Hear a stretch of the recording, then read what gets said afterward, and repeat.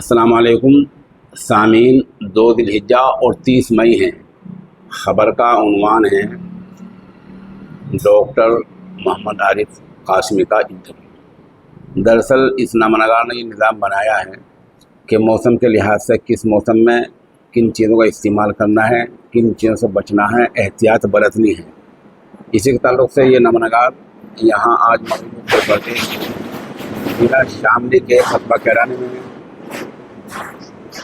آیا ہے، اور یہاں ہماری ملاقات ڈاکٹر محمد عارف قاسمی ہیں، جو ماشاءاللہ المدارس دارالعلوم دیوبند سے فاضل ہیں، عالم دین ہیں۔ اس کے ساتھ ہی ماشاءاللہ دہلی ہمدرد سے باضابطہ ڈاکٹری کے نصاب سے فارغ ہیں، BUMS کا کورس وہاں سے کیا ہے اور کئی سال کا تجربہ ہو چکا ہے۔ یہ آپ دیکھ سکتے ہیں ڈاکٹر موصوف کی ساری اسناد ہیں اور سارے تجربات ہیں جو ہمدرد سے انہوں نے کی۔ اس کے بعد ڈاکٹر صاحب میرا پہلا سوال یہ ہے کہ آج کل چونکہ مئی کا مہینہ ختم ہوا جا رہا ہے اور دو دن بعد جون آیا چاہتا ہے، تو اس موسم میں کن چیزوں سے آدمی بچنا چاہیے، کس طرح کی احتیاط بچوں کو بڑوں کو برتنی چاہیے؟ السلام علیکم ورحمۃ اللہ وبرکاتہ۔ نحمدہ و نصلی علی رسولہ الکریم، اما بعد۔ بہت اچھا سوال ہے آپ کا کہ گرمی سے کیسے بچے اور کیا کیا تدبیریں اختیار کیے گئے۔ جیسا کہ آپ سبھی کو معلوم ہے کہ دلی NCR سمیت پورے بھارت میں، بلکہ اتری بھارت میں بہت زیادہ گرمی ہے اور اس سے برا حال ہوا ہے، اور اس گرمی کی وجہ سے ہم کیسے بچیں اور اس سے اپنے پریوار کو، بچوں کو کیسے بچائیں۔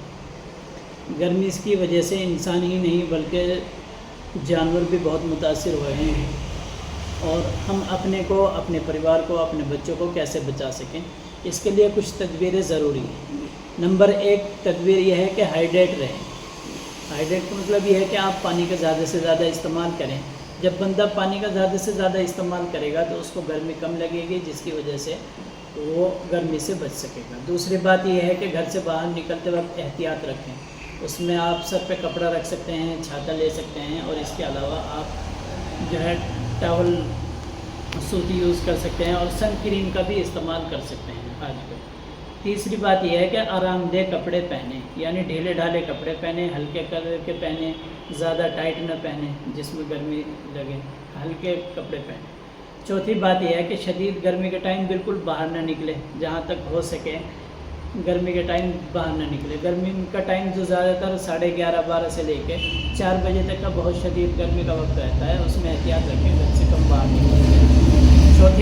پانچویں بات یہ ہے کہ ہلکی غذا استعمال کریں اور وہ فروٹس استعمال کریں جس میں کہ پانی زیادہ ہو، جیسے آپ جو ہے خربوزہ، تربوز، آڑو، لوکاٹ، ایسی چیزیں استعمال کریں، گرمی کی چیزیں۔ چھٹی چیز یہ ہے کہ آپ جو ہے شاور کرتے رہیں، یعنی نہاتے رہیں، دن میں 1-2 بار نہا لیا کریں، تو اس سے بھی گرمی کا احساس کم ہو جائے گا۔ ساتویں بات یہ ہے کہ آپ اپنے گھر کے آس پاس یا پاس میں جو مچھر، چونکہ شدید گرمی سے مچھر ہو جاتے ہیں، ان سے احتیاط رکھیں، ان سے جو ہے کیٹ ناشک جو دوائیاں ہوتی ہیں، مچھر مارنے والی جو دوائیاں ہوتی ہیں، وہ آپ یوز کریں، اس کا استعمال رکھیں تاکہ مچھر نہ ہو اور بیماری نہ پھیلے۔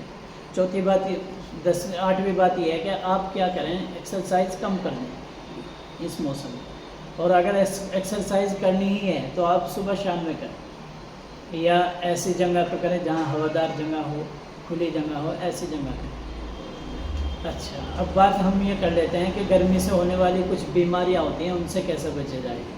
گرمی سے ہونے والی میں ہیٹ اسٹروک آتی ہے، اس میں تیز بخار ہو جاتا ہے، جسم گرم ہو جاتا ہے، اس کے علاوہ چکر آتے ہیں، یہ چیزیں ہیں۔ اس میں کیا ہے استعمال کرنا چاہیے ہمیں؟ شربت، انار کا شربت استعمال کر لیں، بیل گری استعمال کر لیں، اور اس کے علاوہ املی کا شربت استعمال کر سکتے ہیں۔ دوسری گرمی سے ہونے والی جو دقت ہے، پریشانی ہے، اس میں الرجی ہو سکتی ہے، جن پر سرخ دانے ہو جاتے ہیں، خارش ہو جاتی ہے، پھوڑے پھنسی ہو جاتی ہیں۔ اس سے آپ کیسے بچ سکتے ہیں؟ تو اس میں آپ نیم کا اور ملتانی کا لیپ کر سکتے ہیں، پودینے کا قہوہ پی سکتے ہیں۔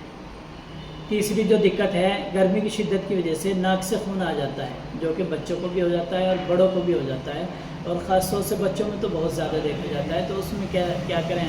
اس میں ہم گلاب جل یا کیوڑا جو ہے اس